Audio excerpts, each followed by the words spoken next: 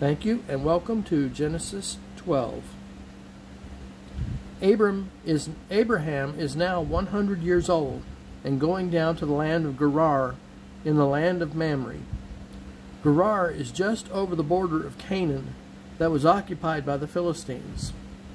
Abimelech, king of Gerar, took Sarah. "Tell people you are my sister." Again? God spoke to Abimelech in his sleep and said, "You are a dead man for taking a married woman." Abimelech said he was told Sarah was Abraham's sister.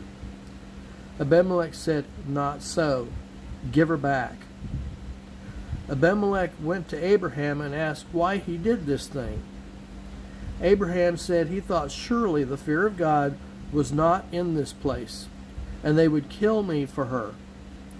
Assumption is the lowest form of communication.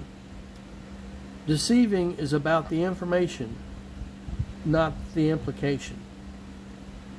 Deceiving isn't about the information, but the implication.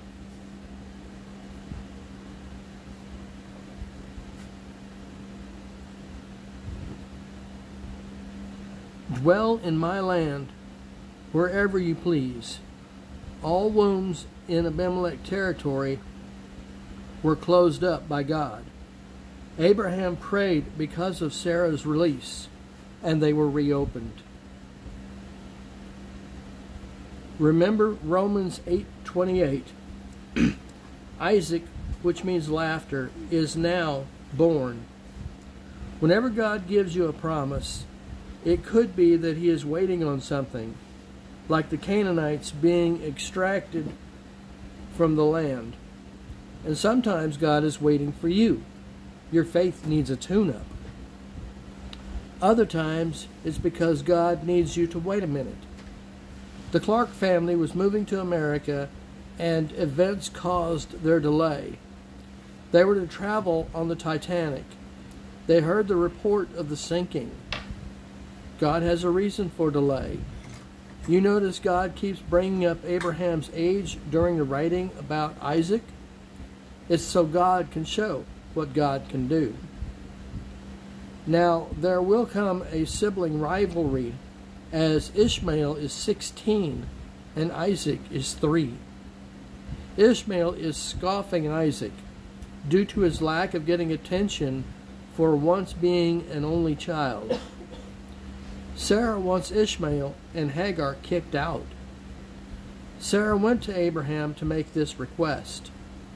Sarah wants Hagar kicked out. God said to Abraham, "Whatever Sarah said, let it happen." Ephesians 5:22.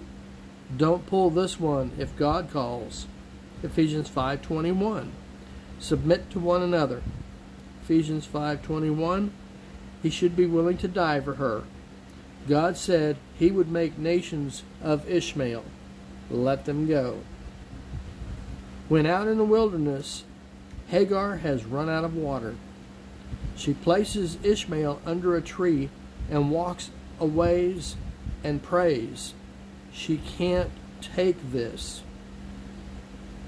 Abraham knows, due to God coming through with his promise with Isaac, that God would watch over and protect Ishmael. So when God said to let them go, God would cover them, not to send them with support. He gave them to God. Ishmael prayed that God deliver him and his mother. God heard Ishmael speak. The angel of God spoke to Hagar. "Fear not. Arise and hold up the lad." In other words, have him stand up. "I will make him a great nation." 12 million people to date are single parents. This happens. She then saw a well of water. They survived, and Ishmael became a great archer. Hagar then looked for Ishmael a wife from the Egyptians. Abimelech spoke to Abraham and said, "God is with you in all that you do, so swear You will not deal with me false. You lied before, you will likely lie again.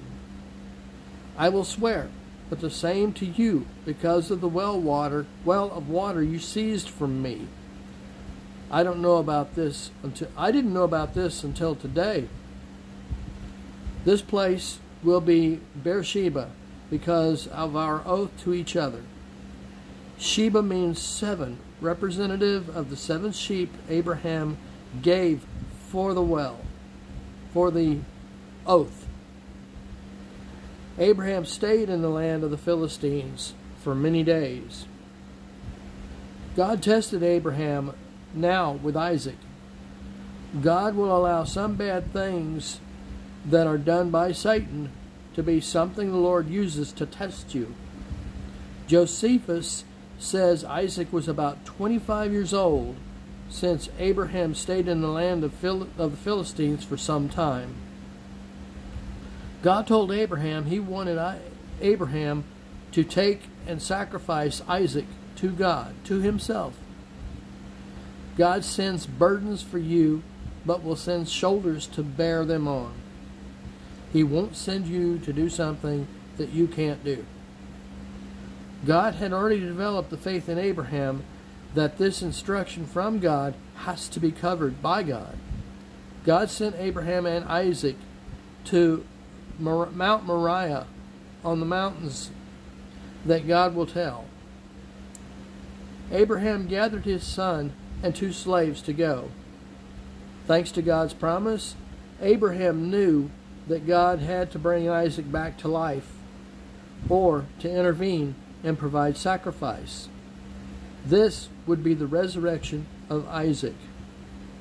In other words, stop staring at your circumstances and stare at God. Look to and believe in God and not your circumstances. When Abraham was ready to sacrifice Isaac, the Lord stopped him, and Abraham then found a ram stuck in a thicket. This is actually the same place Jesus was sacrificed. The peak of the Mount Moriah was known as the place of the skull, which is where Jesus was sacrificed. There is a special note to be placed in your heart. Thank you for listening to Genesis 12. Next will be Genesis 13.